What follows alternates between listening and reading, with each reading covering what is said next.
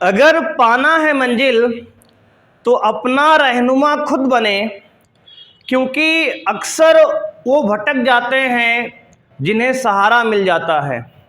तो हेलो बच्चों, कैसे हैं आप लोग? तो उम्मीद करते हैं आप सब अच्छे होंगे और पढ़ाई कर रहे होंगे बच्चे।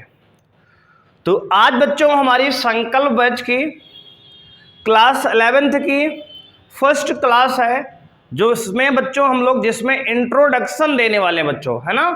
तो इस वीडियो में बच्चों हम लोग इंट्रोडक्शन की बात करेंगे, सेट्स की, सेट यानी कि समुच्चय की। तो सेट थियरी की बच्चों हम लोग बात करने वाले हैं, समुच्चय सिद्धांत की। तो बच्चों ये पहली क्लास हमारी है यूट्यूब पर। बच्चों ये पूरी तरह से फ्री सीरीज हमारी चलने वाली है। यदि आपने वीडियो को नहीं देखा है हमारी बैच वाली, तो ये बैच आपका बिल्कुल फ्री ऑफ कॉस्ट है। पूरी वीडियो आपको यूट्यूब पर मिलेंगी, सीक्वेंस वाइज मिलेंगी, और सारे सबसे पहले हम लोग बच्चे इसमें अच्छी बात यह है कि सारे कॉन्सेप्ट समझाएंगे आपको, इंट्रोडक्शन को अच्छे से अवगत कराएंगे आपको, उसके बाद एक्सरसाइज सॉल्व कराएंगे। ऐसा नहीं कि जैसे सब लोग करते हैं डायरेक्ट एक्सरसाइज कराएंगे, ऐसा कुछ नहीं। पहले आपको कॉन्सेप्ट समझाया जाएगा, उसके बाद एक्सरसाइज कराई जाएगी। तो बच्चों हमारी ये संकल्प जो बैच हमारा है क्लास 11th और 12th दोनों के लिए है।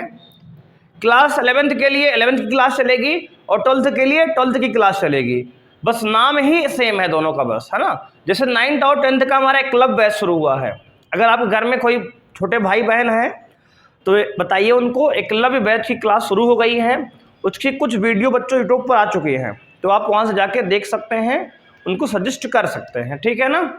तो आइए बच्चों स्टार्ट करते हैं। और यदि आपने अभी तक हमारे चैनल को सब्सक्राइब नहीं किया है तो चैनल को सब्सक्राइब कर लीजिए, बेल आइकन को प्रेस कर लीजिए, जिससे बच्चों आपको लेटेस्ट वीडियो का नोटिफिकेशन आता रहे, है ना। तो आपको जिससे कोई भी क्लास मिस ना हो। हालांकि क्लास आप बाद में भी देख सकते हैं, लेकिन अगर टाइम पे देखेंगे बच्चों तो बहुत ही बढ़िया होगा, है ना। आपकी एक रूटीन बनी रहेगी, आपकी एक कंसिस्टेंसी बनी रहेगी।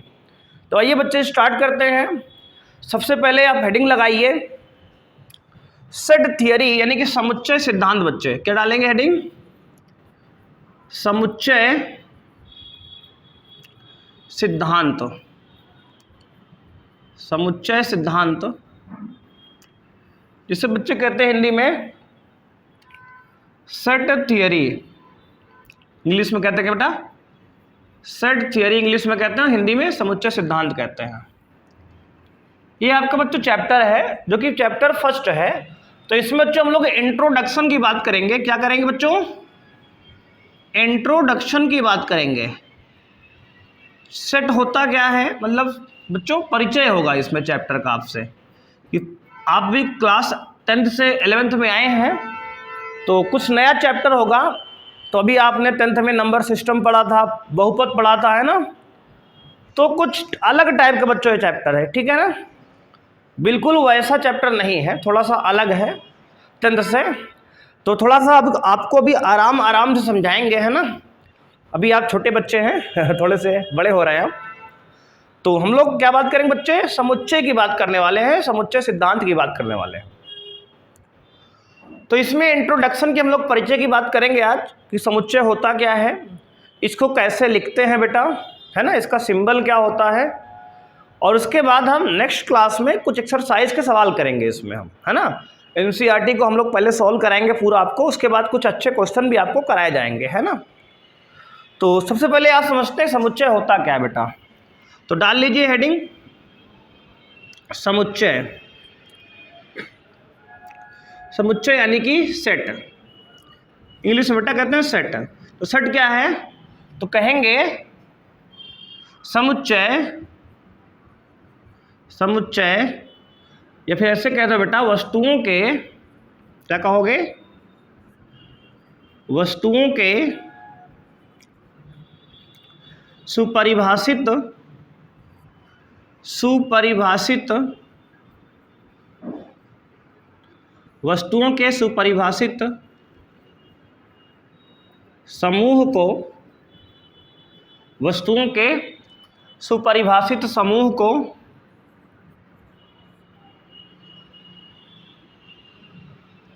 समुच्चय कहते हैं बच्चों। क्या कहते हैं, समुच्चय कहते हैं। देखो ये तो परिभाषा हो गई, आप बिल्कुल घबराइए मत, अच्छे से आपको समझा के जाएंगे, है ना। वस्तुओं के सुपरिभाषित समूह को बच्चों समुच्चय कहते हैं, ठीक है ना। इसका मतलब क्या हुआ सर, इसका मतलब बच्चों ये है, वस्तुओं के सुपरिभाषित समूह। बच्चे सुपरिभाषित मतलब तो वेल डिफाइंड। बच्चे वेल डिफाइंड का मतलब क्या होता है सर, क्या इंग्लिश में तो बता रहे हैं आप। मतलब ये होता है बच्चे, जो जैसे मान लीजिए जो चीजें, जैसे मान लो कोई आपसे प्रश्न पूछे अस्पष्ट हो, है ना, जो चीज का बिल्कुल अस्पष्ट हो, उसका जैसे मान लीजिए आपसे पूछे एग्जाम्पल के तौर पे, उदाहरण की बात करें अगर हम, तो जैसे मान लो अंग्रेजी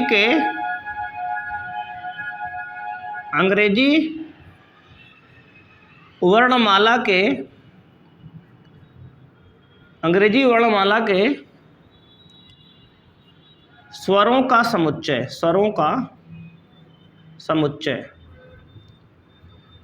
मतलब कि संग्रह बच्चे कहते हैं। अभी समुच्चय है कि नहीं आप पहचानो, अभी ना संग्रह कह दे रहे हैं।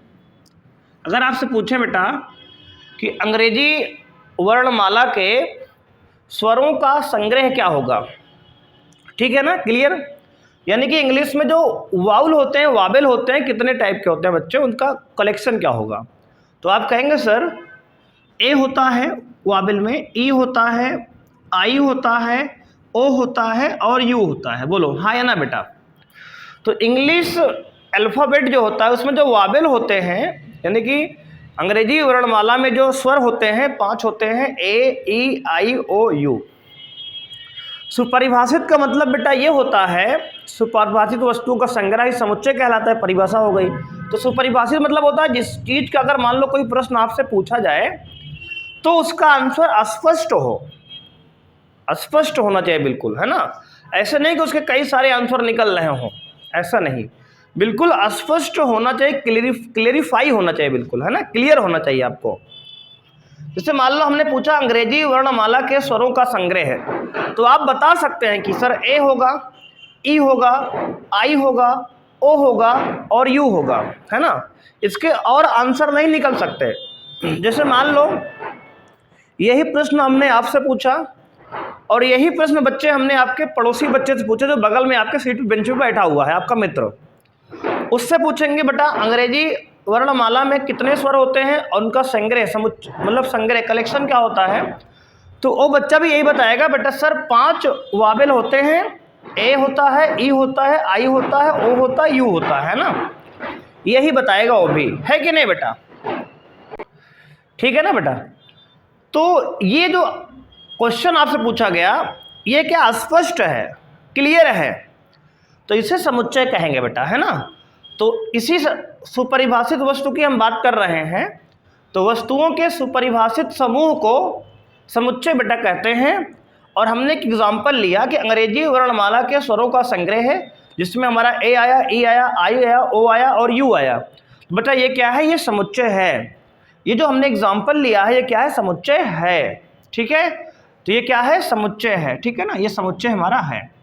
अगला प्रश्न आपसे पूछा जाए, मान लो एग्जाम्पल नंबर 1 हो गया, उदाहरण नंबर, अब एग्जाम्पल नंबर 2 पे आते हैं और आपसे कह दें प्रथम 5 प्राकृत संख्याओं का संग्रह।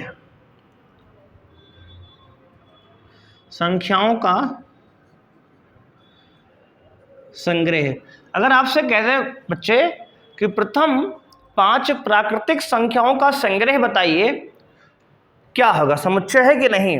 तो आप कहेंगे पहले सर बताइए कि 5 प्राकृतिक संख्याएं होती क्या क्या हैं, तो आप बता सकते हैं, बिल्कुल, है ना।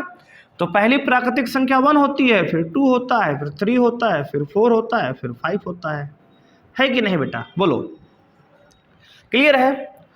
तो बेटा अगर आपको प्राकृतिक संख्या पता है तो आप बता दोगे सर 1 2 3 4 5, पहली 5 प्राकृतिक संख्याएं हो गई, है कि नहीं बेटा। अब अगर यही प्रश्न आपके पीछे बैठे हुए बच्चे पूछ ले, मान लो बैक बेंचर से, है ना, वो भी अच्छे होते हैं वैसे, है। तो अगर पीछे वाले बैठे बच्चे से पूछ ले आपसे, तो वो भी यही बताएगा कि सर 1 2 3 4 5 होता है, पहली 5 प्राकृतिक संख्याएं। अगर बेटा आपके बगल वाली बैठे सीट पर किसी बच्चे से पूछ लिया जाए, है ना, तो क्या होगा, तो वो भी कहेगा बस सर 1 2 3 4 5 होगा, है ना। तो पहली प्राकृतिक 5 संख्याएं बच्चे कौन कौन 1 2 3 4 5 होते हैं, ये सबको यही बताएंगे। मतलब ये स्पष्ट है, क्लियर है कि नहीं। तो ये क्या हो जाएगा बेटा, समुच्चय भी है। क्या है ये, समुच्चय है। तो बात समझ में आ रही है समुच्चय क्या है। अगला एग्जांपल लेते हैं, तीसरा एग्जांपल। जैसे मान लो आपसे कहें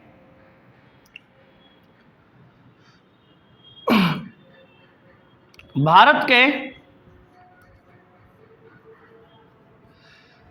3 अच्छे गायक के नाम, गायक के नाम का संग्रह। अगर आपसे बच्चे पूछ लें कि 3 अच्छे गायक, है ना, जो गाना गाते हैं, 3 अच्छे गायक का नाम बताइए, इंडिया में जो है, भारत में अपने हैं सिंगर, तो बेस्ट 3 सिंगर्स ऑफ इंडिया बताना है आपको बच्चे। तो हो सकता है मान लो अगर आपसे हम पूछें, आपका नाम मान लो है सुमित बेटा नाम है ना, दिस इज इमेजिनरी नाम, ऐसे हमने ले लिया। तो जैसे मान लो आपसे पूछा हमने कि 3 अच्छे गायक के नाम बताओ, तो मान लो सुमित ने बताया, बेटा सुमित हमारा क्लास का विद्यार्थी है ना, जैसे मान लो आप सुमित हो, तो उसने कहा सर ऐसा है ना, बादशाह अच्छा गाता है ना, और हनी सिंह भी नया बच्चा है ना, तो हनी सिंह के नाम ले रहा है। और कौन है, अभी कोई नया आया है ना, कौन है नया नाम, जुबिन, है ना, जुबिन नौटियाल शायद नाम पूरा उसका, है ना, जुबिन नौटियाल, थोड़ा हवा मचाया हुआ है बच्चा, अच्छा गायक है ना। ये 3 नाम बता दिया मान लो। और मान लो आपके पड़ोसी सीट पर जो बालिका बैठी है, जिसका नाम क्या है बच्चे, सुषमा, है ना, क्या नाम है, सुषमा नाम है। उसने क्या कहा, उसने बताया सर ऐसा है ना, नेहा कक्कड़, उसने कहा नेहा कक्कड़, और उसने कहा सर लता मंगेशकर।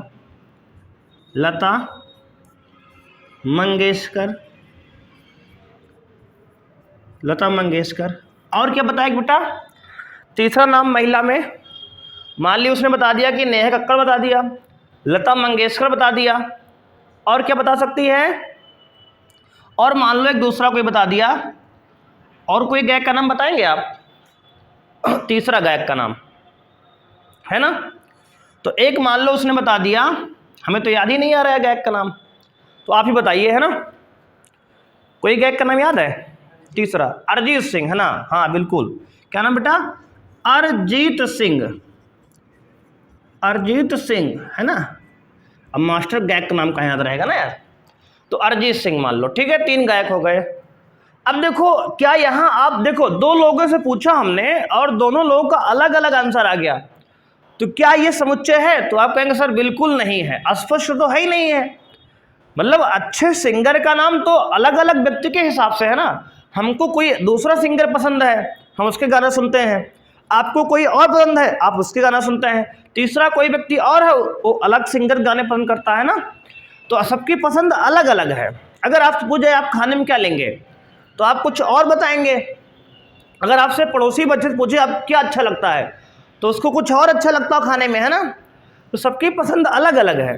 तो बच्चे जहाँ पर स्पष्ट ना हो, जिसका आंसर चेंज हो रहा हो, है ना, जहाँ पे वो समुच्चय नहीं होता है। तो आप कहेंगे सर ये समुच्चय, तीसरा एग्जाम्पल समुच्चय नहीं है, पहला और दूसरा समुच्चय है। क्लियर है बेटा।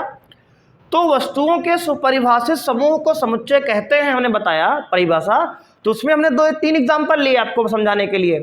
तो समुच्चय में जैसे अंग्रेजी वर्णमाला हो गया, उसका स्वर, ये समुच्चय है, ये फिक्स है। ए ई आई ओ यू 5 ही स्वर होते हैं। दुनिया के आप किसी कोने में चले जाएंगे, पूछेंगे कि वाबिल कितने होते, तो 5 हर कोई बताएगा, ए ई आई ओ यू, बस हरते उसको आता होना चाहिए ना। जैसे मान लो किसी से आप पूछ ले, उसको आता ही नहीं इंग्लिश, है ना, बिल्कुल एकदम नुल्ल है इंग्लिश से, है ना, लोल है, तो कैसे बताएगा वो, है ना। दूसरा है प्रथम 5 प्राकृतिक संख्याओं का समुच्चय बेटा, तो 1 2 3 4 5 बिल्कुल बेसिक बात है, अगर हर कोई यही बताएगा, है ना, ये भी समुच्चय है। तीसरा हमने कहा भारत के 3 अच्छे गायक के नाम, ये क्या हो जाएगा, समुच्चय नहीं होगा बेटा, है ना, समुच्चय नहीं है, क्योंकि हर आदमी की अपनी अलग अलग पसंद है, आपकी अलग पसंद है, आपके दोस्त की अलग पसंद है, उसके दोस्त की भी अलग पसंद है कि नहीं। हो सकता है कुछ मैच कर जाए, अलग बात है ना, सारी मैच नहीं करेगी। लेकिन तो अब ये आपको समझ में आ गया कि समुच्चय होता क्या है ना, तो एक बार अच्छे से नोट कर लीजिए, फिर आगे बढ़ते हैं, समुच्चय को नोटेशन इसका पढ़ते हैं कि संकेत कैसे लिखते हैं इसको, ठीक है। तो एक बार अच्छे से हट जाते हैं सामने से, आप वीडियो को अच्छे से पॉज करके नोट कर लीजिए। नोट्स बेटा आप जरूर बनाइए, है ना, पहली क्लास है, आपको बता देते हैं, अच्छी सी कॉपी साफ साफ लीजिए और पेन लीजिए, 2 अलग अलग कलर से आराम से लिखते रहिए, ठीक है ना। नोट्स बनाना बहुत जरूरी है। 11 बच्चे गलती करोगे तो 12th में बहुत दिक्कत आएगी आपको ना, तो 12 में गलती ना हो, इसलिए 11th को अच्छे सुधार लीजिए अभी से ना, क्योंकि बच्चे बहुत परेशान बाद में हो जाते हैं, इसलिए आप नोट्स बनाते चलिए साथ में, ठीक है, अच्छे से नोट करिए आप इसको। तो आइए बच्चे बढ़ते हैं आगे। तो हमने समझा कि समुच्चय जो है क्या होता है, अब समझते हैं समुच्चय का संकेतन। तो हेडिंग लगाइए आप, समुच्चय का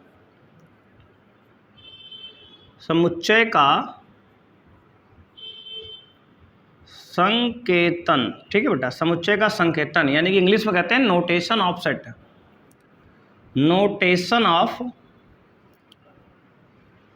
सेट, समुच्चय का संकेतन क्या होता है। तो बेटा ध्यान देना आप, समुच्चय को हमेशा अंग्रेजी वर्णमाला के बड़े अक्षरों से व्यक्त किया जाता है, ठीक है। तो आप इस बात को लिखेंगे, समुच्चय को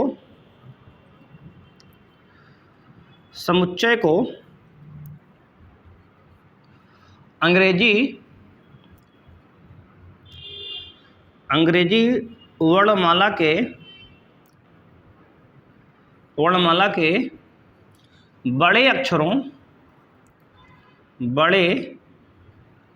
बड़े अक्षरों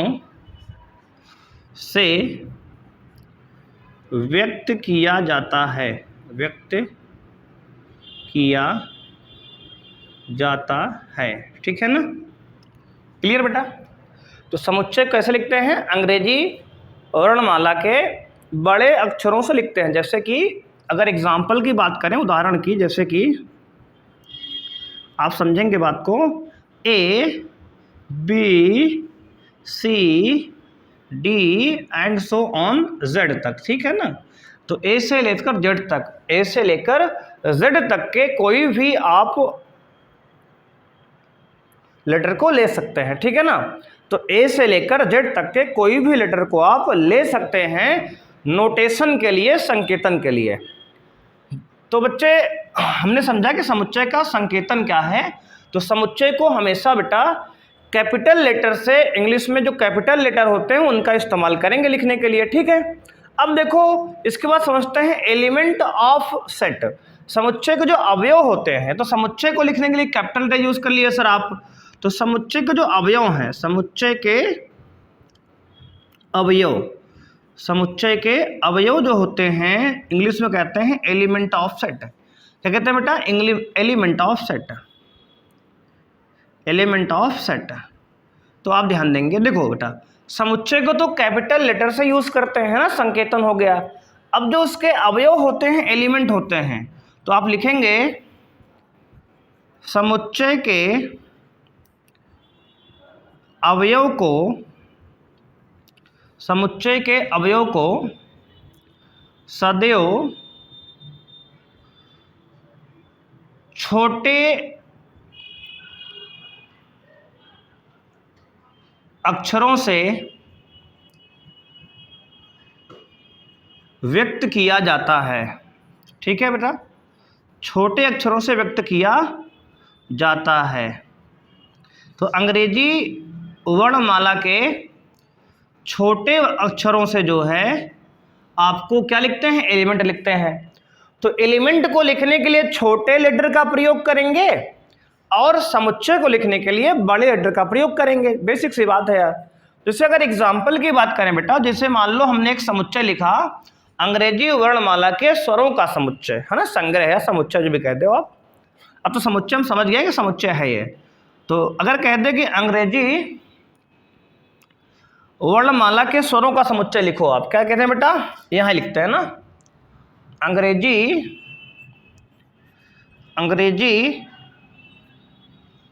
वर्णमाला के स्वरों का समुच्चय लिखो आप, है ना। तो इसको आप कैपिटल लेटर से लिखेंगे समुच्चय को। समुच्चय किससे लिखेंगे बेटा, कैपिटल लेटर से लिखेंगे। अभी आपको हमने बताया संकेतन समुच्चय का ना, कैपिटल लेटर से। मान लो ए से लिख लिए, आपकी मर्जी है तो बी से, सी से, है ना, एक्स से भी लिख सकते हो, है कि नहीं, है ना। तो ए से मान लो हमने लिख दिया बेटा। अब उसके बाद आपके एलिमेंट क्या आएंगे स्वर में, तो आप कहेंगे सर स्मॉल ए आएगा, स्मॉल ई आएगा, है ना, आई आएगा, ओ आएगा और यू आएगा, है ना।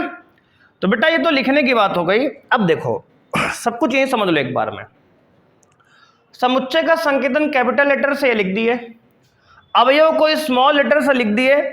अब अवयव को अलग करने के लिए एक बात और समझो आप, अवयव को अलग करने के लिए बीच में कॉमा भी लगाएंगे, है ना, सेमी कॉमा, अर्ध विराम बच्चे, है ना, इस तरह से अर्ध कॉमा लगाएंगे यहां। और उसके बाद इसको बेटा क्या करेंगे, करली ब्रैकेट के अंदर लिखेंगे। तो संपूर्ण नोटेशन अब कंप्लीट हुआ मित्र। कैसे हुआ देखो, समुच्चय का संकेतन समझ रहे हैं ना। पहली बात, समुच्चय को कैपिटल लेटर से लिखेंगे, बिल्कुल सही सर, लिख दिया।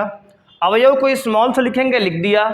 अब बेटा यहाँ पे सेमी कॉमा से अलग भी करेंगे हम, है ना, अर्धविराम ला के अलग अलग करेंगे एक एक अवयव को। उसके बाद सारे अवयव को करली ब्रैकेट यानी कि बच्चे मझले कोष्टक के अंदर लिखेंगे। करली ब्रैकेट माने ये मझला वाला कोष्टक जो ये वाला है ना, इसके अंदर लिखेंगे। तो ये पूरा कंप्लीट हो गया हमारा क्या, समुच्चय का संकेतन। बेटा समझ में आया। तो समुच्चय का संकेतन बेटा समझ में आया कि नहीं अच्छे से। कैसे लिखते हैं समुच्चय के संकेतन में, तो आप ध्यान देंगे कैपिटल लेटर से समुच्चय लिखते हैं, स्मॉल से अवयव लिखते हैं और कॉमा से अलग करते हैं और करली ब्रैकेट के अंदर उसको बंद करके बेटा रखते हैं, भाग ना पाए, है कि नहीं, है ना। ये थोड़ा सिंबल है, थोड़ा समझेंगे इसको आप ना। तो ऐसे लिखा जाएगा। तो एक बार अच्छे से इतना नोट कर लीजिए, फिर आगे बढ़ते हैं, पढ़ते हैं रिप्रेजेंटेशन ऑफ सेट। सेट को कितने प्रकार से रिप्रेजेंट किया जा सकता है बेटा, ठीक है, एक बार नोट करो आप। तो बेटा हेडिंग लगाएंगे आगे अब हम लोग, समुच्चय का निरूपण, रिप्रेजेंटेशन ऑफ सेट। तो लगाएंगे हेडिंग आगे,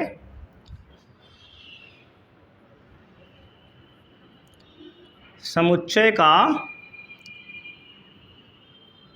निरूपण, इंग्लिश में कहते हैं बेटा रिप्रेजेंटेशन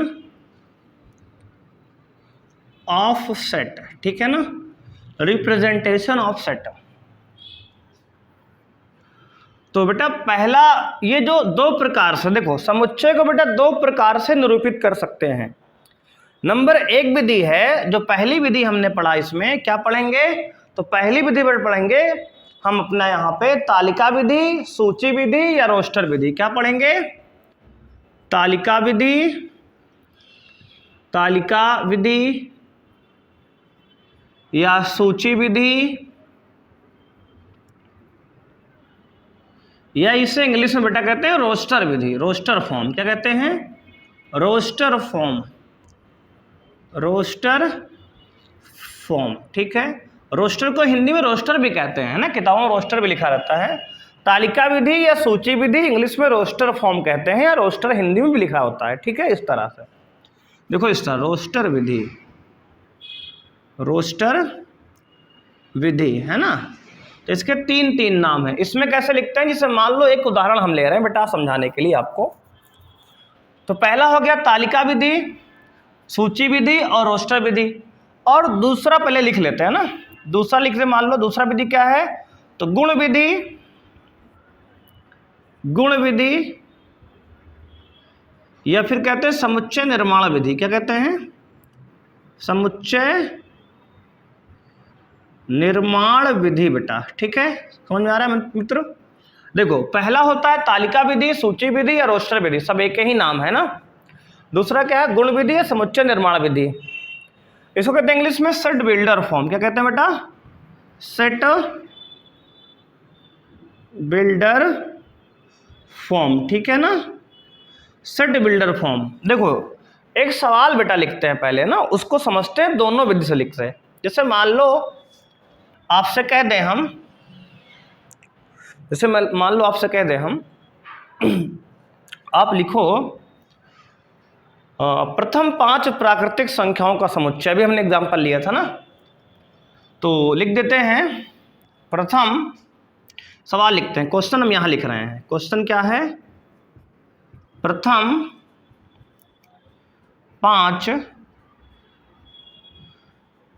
प्राकृत संख्याओं का समुच्चय। क्या? संख्याओं का समुच्चय। प्रथम 5 प्राकृतिक संख्याओं का समुच्चय बेटा कह रहे हैं, लिखना है आपको। ठीक है ना, तो सबसे पहले इसको किससे लिखेंगे? तालिका विधि से। देखो, तालिका में लिखेंगे। देखो, समुच्चय लिखने के लिए आप अंग्रेजी वर्णमाला का कोई भी अक्षर इस्तेमाल कर लो, जो मर्जी हो आपको, A B C D। मान लो हमने ले लिया X, ठीक है ना, थोड़ा अच्छा लग रहा है ले लिया X, ठीक है। तो लिखेंगे कैसे? करली ब्रैकेट के अंदर लिखेंगे। क्या क्या आएगा बेटा? तो 1 आएगा, 2 आएगा, 3 आएगा, 4 आएगा, 5 आएगा। ठीक है ना। तो प्रथम 5 प्राकृतिक संख्याएं मित्र क्या क्या हो गई? 1 2 3 4 5, है ना। तो बेटा तालिका विधि या सूची विधि में हम एलिमेंट को इस तरह लिखते हैं, जो भी होंगे हमारा आंसर, उसको हम एलिमेंट को लिखेंगे, कॉमा आके लिख लेंगे पूरे को, और बाद में फिर मझला कोष्टक लगा देंगे, करली ब्रैकेट से बंद कर देंगे। ठीक है, ये हो गया आपका सूची विधि, पहली विधि होती है। ठीक है, दूसरी विधि है समुच्चय निर्माण विधि या फिर गुण विधि। इसमें कैसे लिखते हैं? जैसे मान लो लिखेंगे हम x बराबर, करली ब्रैकेट लगाएंगे, लिखेंगे x सच दैट x, मतलब x इस प्रकार है कि, हिंदी में बेटा पढ़ेंगे ना, इंग्लिश में पढ़ेंगे x सच दैट x, मतलब जो कोलन लिखा है, 2 बिंदी है, रेशियो वाला ना, इस तरह लिखते हैं ना, मतलब क्या होता है ये, जो कहते हैं सच दैट इंग्लिश में। और हिंदी में पढ़ेंगे x इस प्रकार है कि x belong to natural number, मतलब x क्या है बेटा? प्राकृतिक संख्या है। ये बिलोंग का निशान है बेटा। क्या है? बिलोंग का, बिलोंग का निशान है। क्या पढ़ेंगे इसको? बिलोंग। इसको क्या पढ़ते हैं बेटा? बिलोंग। क्या पढ़ते हैं? बिलोंग। बिलोंग माने का अवयव है, का अवयव है, ये हिंदी इसका होता है। ठीक है, अब इसको समझा देंगे आगे भी हम। x such that x belong to natural number, मतलब कि x क्या है बेटा? या फिर ऐसा लिख लो, बिलोंग अभी ना लिखना चाहो आप तो थोड़ा सिंपल सिंपल लिख लो ना यार। अच्छा, इसको लिखे रहते हैं अभी हम। x सच दैट x एक प्राकृतिक संख्या है, एक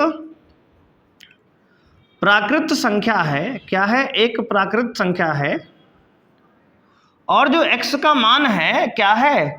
x less than equal to क्या है बेटा? तो आप कहेंगे sir x less than equal to 5 है, मतलब x का मान जो है क्या है? 5 या 5 से छोटा, मतलब 5 तक है। क्लियर है?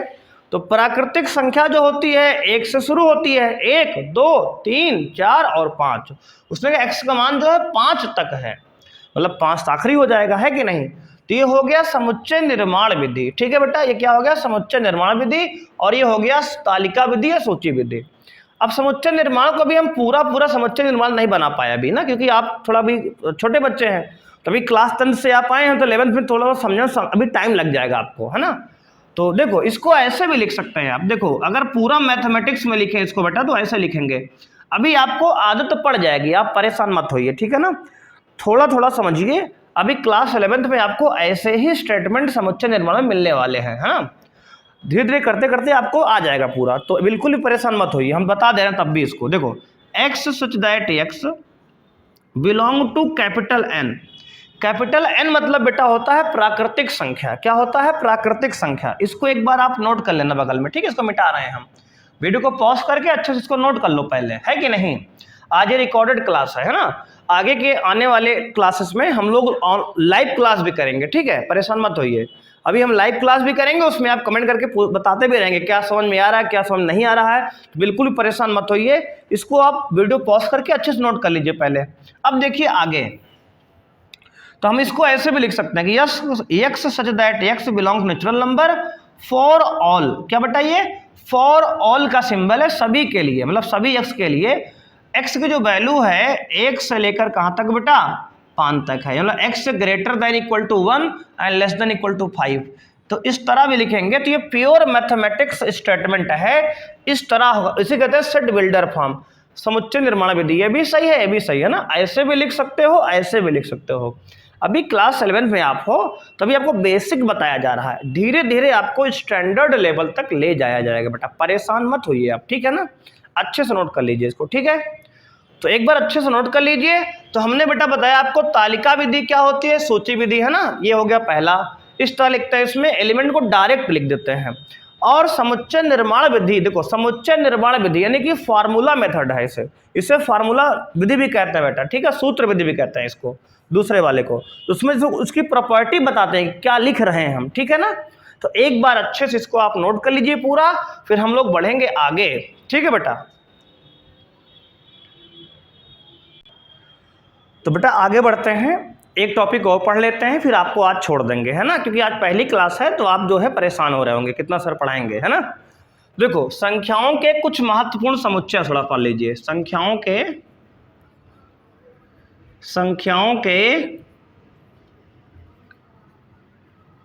कुछ महत्वपूर्ण समुच्चय, ठीक है बेटा, संख्याओं कुछ महत्वपूर्ण समुच्चय, आप थोड़ा ध्यान देंगे, ये थोड़ा बहुत जरूरी बात है ना, इसको आप समझेंगे। जैसे प्राकृतिक संख्या होती है बेटा, प्राकृतिक संख्याओं का समुच्चय, प्राकृतिक संख्याओं का समुच्चय को बेटा कैपिटल एन से लिखते हैं, कैपिटल एन से, ये बड़े लेटर में एन से लिखते हैं, इसको आप याद रखेंगे। अगर कहीं कैपिटल एन लिखा है इसका मतलब सारी प्राकृतिक संख्याओं का समुच्चय। मतलब क्या होता है, जैसे मान लो a बराबर लिखते हैं तो इसमें क्या क्या आएगा, तो आप कहेंगे सर आएगा, इसमें आपके पास आएगा 1 2 3 4 5, करते करते बेटा कहाँ तक जाएगा, प्लस में अनंत तक जाएगा ना, कहाँ तक जाएगा, अनंत तक जाएगा ना, मतलब ये बिल्कुल आगे तक भी जाएगा ऐसे, ठीक है, ठीक है बेटा। तो प्राकृतिक संख्याओं के समुच्चय को कैपिटल एन से लिखते हैं, हालांकि यहां भी सिंगल चाहे तो हम एन लिख दे रहे हैं, ठीक है ना, आपको याद भी रहेगा। तो कुछ भी लिख सकते हो समुच्चय को लिखने के लिए, लेकिन प्राकृतिक संख्याओं को एन से लिखते हैं, पार्टिकुलर सिंबल देते हैं, ठीक है। तो आप इसको याद रखेंगे ना किताब में। अब देखो 11th में 12th में आगे आपको प्राकृतिक संख्या ना लिख करके क्या लिख देगा, कैपिटल एन लिख देगा, तो आप परेशान हो जाओगे। तो बेटा इसको याद कर लो, है ना, अच्छे से नोट्स बना लो, इसको आपको याद करना पड़ेगा। पहला हो गया प्राकृतिक संख्या, दूसरा बेटा होता है पूर्ण संख्या, ठीक है, पहला हो गया। दूसरा होता है पूर्ण संख्या, क्या होता है बेटा, पूर्ण संख्या। तो पूर्ण संख्या का समुच्चय जो होता है, का समुच्चय, इसको हम लोग लिखते हैं बेटा W से। किससे लिखते हैं, W से।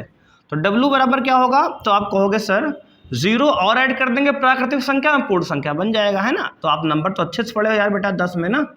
तो आगे जो है इस तरह से ये भी कहाँ तक जाएगा, अनंत तक ही जाएगा आगे, है ना। पूर्ण संख्या कहाँ खत्म होगी, कुछ पता ही नहीं यार, अनंत तक जाएगी ऐसे, ठीक है ना, समझ में आ गया बेटा।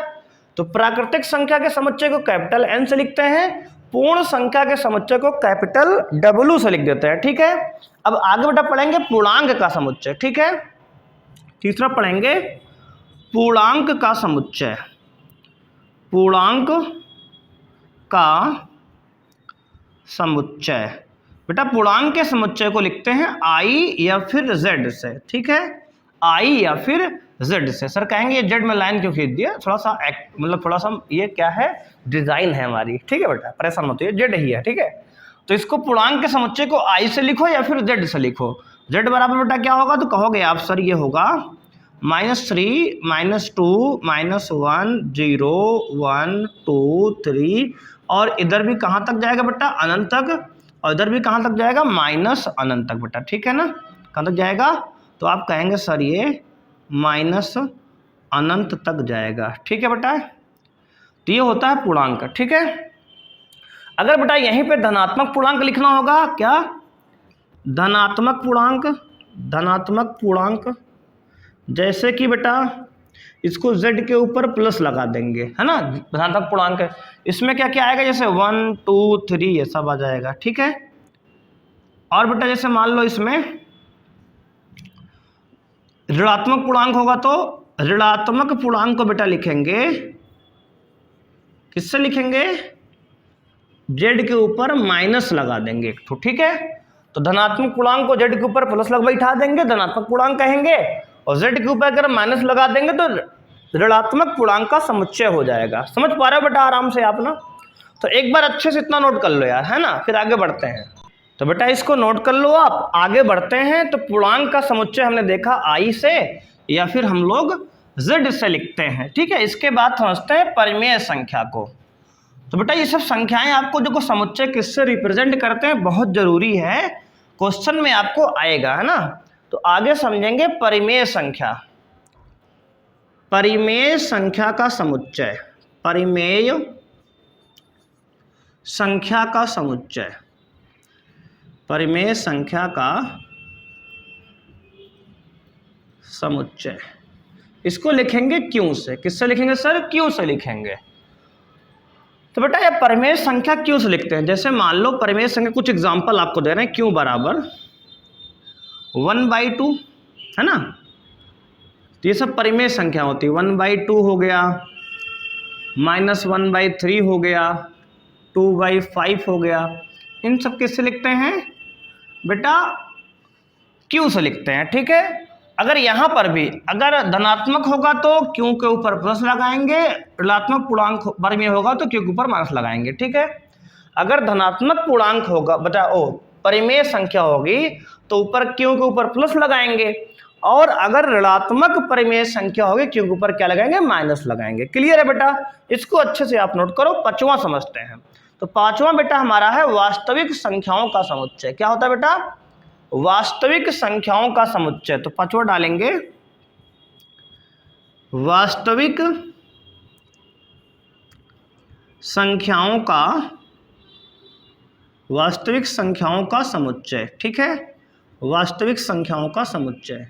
इसको बेटा लिखते हैं कैपिटल R से, ठीक है, कैपिटल R। तो कैपिटल R बेटा वे सभी संख्याएं आ जाएंगी जिसको हम क्लास 10th में 9th में पढ़ के आए हैं मित्र, ठीक है ना। तो वास्तविक संख्याओं को हम यहाँ पर बेटा लिख सकते हैं। कैसे लिखेंगे, तो लिखेंगे समुच्चय निर्माण विधि में लिख के दिखाते हैं आपको। तो लिखेंगे क्योंकि वास्तविक संख्या तो बेटा एक अथाह समुद्र है ना, बहुत बड़ी संख्याएं होती हैं, लिख तो सकते नहीं, इसको समुच्चय निर्माण विधि में लिखेंगे ऐसे। x सच दैट x एक वास्तविक संख्या है, एक वास्तविक संख्या है। कैसी है संख्या सर, एक वास्तविक संख्या है, ठीक है ना। क्योंकि बहुत सारी संख्याएं अनंत संख्या है तो लिख तो सकते नहीं। तो इसको हम कैसे लिखेंगे वास्तविक संख्या को, समुच्चय निर्माण विधि में। समुच्चय निर्माण विधि आपको बताया गया अभी, है ना।